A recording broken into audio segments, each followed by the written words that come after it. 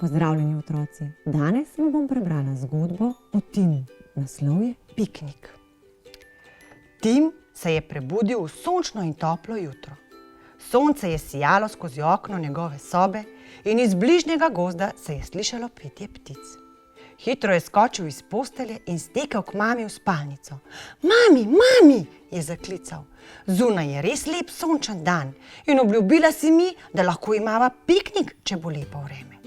Res je rekla mama. Tako sva se dogovorila. Najbolje bi bilo, da se oblečeš, nato bova pojedla zajtrk in pripravila vse potrebno za najin piknik. Vmes pa se bova na kratko ustavila še v trgovini in bova kupila še sok in piškote. Tim se je res hitro oblekel in pojedel svoj zajtrk. Mami je celo pomagal pripraviti nahrbtnik za na pot in kmalu sta se odpravila. Preden sta se podala k jezeru, sta se ustavila še v trgovskem centru, da bi kupila še sok in piškote. Med nakupovanjem je mama srečala svojo prijateljico in z njo poklepetala. Med čakanjem se je Tim odločil, da bo malo pogledal na polico z igračami. Naslednji teden bo namreč imel rojstni dan in želel si je eno izmed igrač na polici. Malo se je razgledal po polici z igračami, a se je hitro odločil, da je čas, da se vrne k mami, saj se jima je mudilo na piknik. Odhitel je proti njej, a mame ni bilo več tam, kjer jo je nazadnje videl. Tim je bil v trenutku vznemirjen in prestrašen. Kje je moja mami? Je začel jokati. Kaj, če je ne bom našel?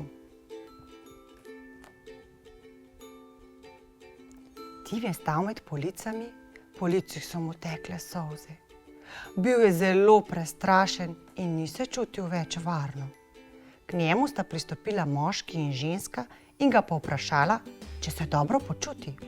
Zanimalo jo je tudi, ali se je izgubil, in seveda, kako mu je ime.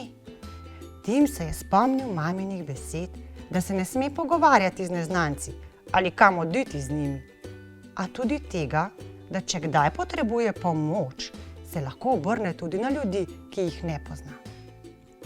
Tako se je odločil in gospe povedal, da mu je ime Tim in da ne najde svoje mame. Ta mu je rekla, naj počaka pri gospodu, sama pa bo poiskala mamo. Nekaj trenutkov zatem se je po zvočniku zaslišalo sporočilo, da deček z imenom Tim čaka svojo mamo pri policah s sokovi. Kmalu se je izza polic pojavila Timova mama. Tim se je zelo razveselil in je stekel v objem. Mama se je zahvalila gospe in gospodu, da sta pomagala izgubljenemu Timu. Prijela je Tima za roko in skupaj sta se odpravila proti avtu. Tako, otroci, vam je bila zgodbica všeč? Jaz imam za vas en izziv.